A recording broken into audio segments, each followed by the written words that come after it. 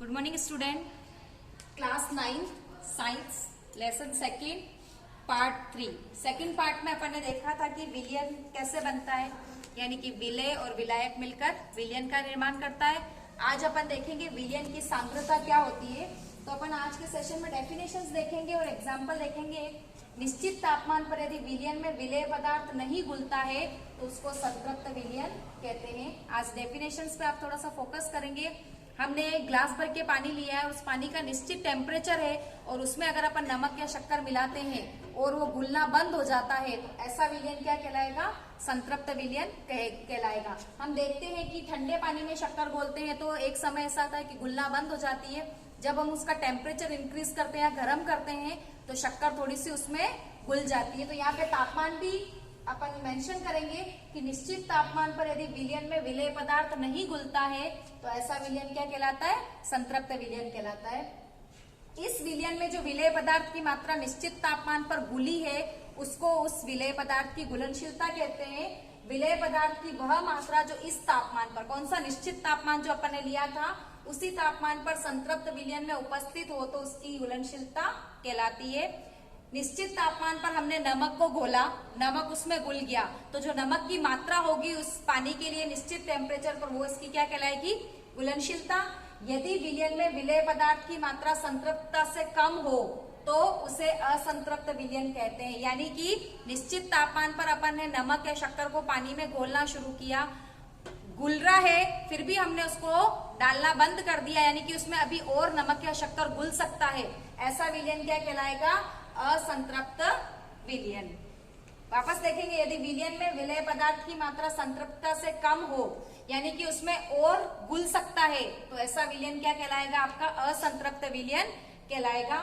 विलायक की वह मात्रा, यानी कि जो किसी को घोल रहा है, विलायक यानी अपन ने इससे बिफोर क्लास में देखा था, विलायक की वह मात्रा, वो मात्रा द्रव्यमान में भी हो सकती है और आयतन में भी हो सकती है। आपको पता है लिक्विड होगा तो आयतन होगा और सॉलिड होगा तो द्रव्यमान होगा। में घुले हुए विलेय पदार्थ की मात्रा को विलयन की सांद्रता कहते हैं।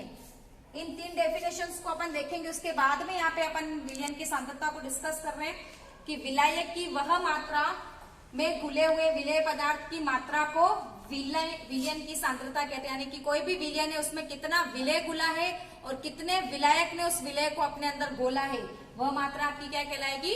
सांद्रता। सांद्रता निकालने के लिए आपके तीन सूत्र हैं, थोड़ा सा अपन इस पर फोकस करेंगे। द्रव्यमान या विलयन के द्रव्यमान प्रतिशत के आधार पर, यानी कि कोई भी द्रव्यमान, विलयन द्रव्यमान में दे रखा है तो उसके प्रतिशत के आधार पर सूत्र हो जाएगा विलेय पदार्थ का द्रव्यमान बटा विलयन पदार्थ का द्रव्यमान इंटू 100।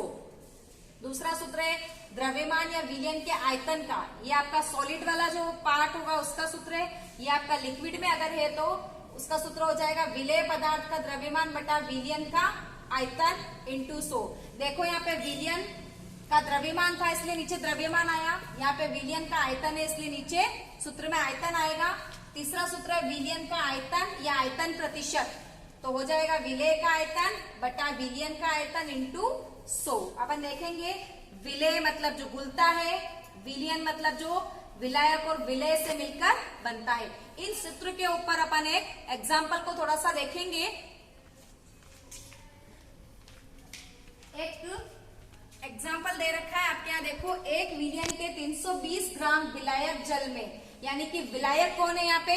जल। उसकी मात्रा कितनी है? 320 में 40 ग्राम साधारण नमक विलेय है। विलेय का मतलब जो घुलता है, तो विलयन की सांद्रता निकालनी। तो सबसे पहले अपने को जो घुल रहा है विलेय पदार्थ का द्रव्यमान कितना है? 40 ग्राम।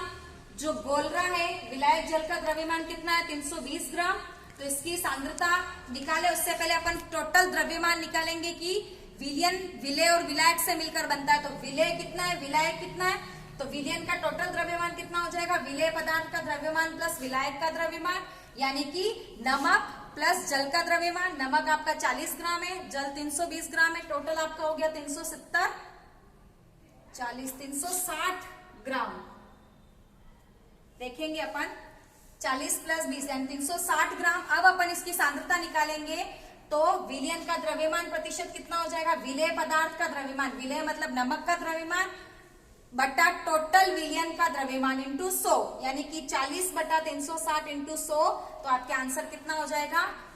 11.1%। तो आंसर कितना हो जाएगा 11.1।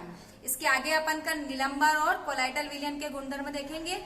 आज की क्लास में इतना ही। थैंक्स।